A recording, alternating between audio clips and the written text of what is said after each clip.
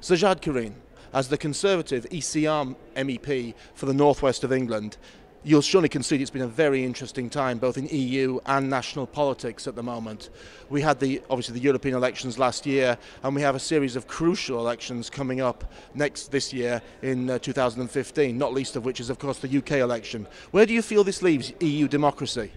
Well, this really is make or break time for Europe. Either Europe reforms and becomes what the people of Europe want it to become, or we will ultimately find that it fades into an irrelevance. We simply cannot afford at a world stage not to move with the times and make the European Union fit for purpose today. And if there is anything that we need to concentrate our minds on, it is the disconnect between the European Union, the European Parliament, and our citizens. Our democracy is not in a good place at this moment in time, and we must address those issues. You talk about the disconnect between the citizens and democracy and the parliamentary systems. Do you not feel that the rise of Eurosceptic parties across Europe, particularly UKIP in the UK, is, assisting in this? Well, I think we have seen a real movement towards those forces right across the European Union, and it concerns me greatly because all of those forces are simply a masquerade for a deeply dangerous and divisive, corrosive set of, I wouldn't call them values, but beliefs.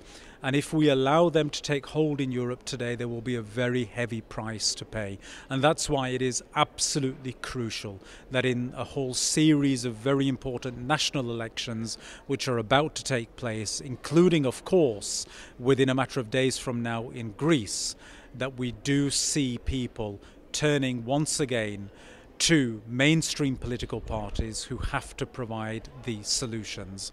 But having said that, when Oxfam come forward with a report that is demonstrating that something like 1% of the world's population has more than 50% of assets in the world, then you have to question and ask yourself, is it really that unreasonable that people in places like Greece are turning to the extremes? Yes, you talk about a return to mainstream politics, and that's all very well.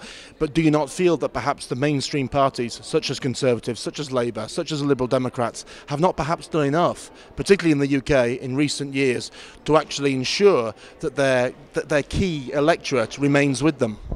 There is clearly a need to make sure that people's concerns are much better addressed by mainstream parties. We simply have not been providing the solutions that people are looking for.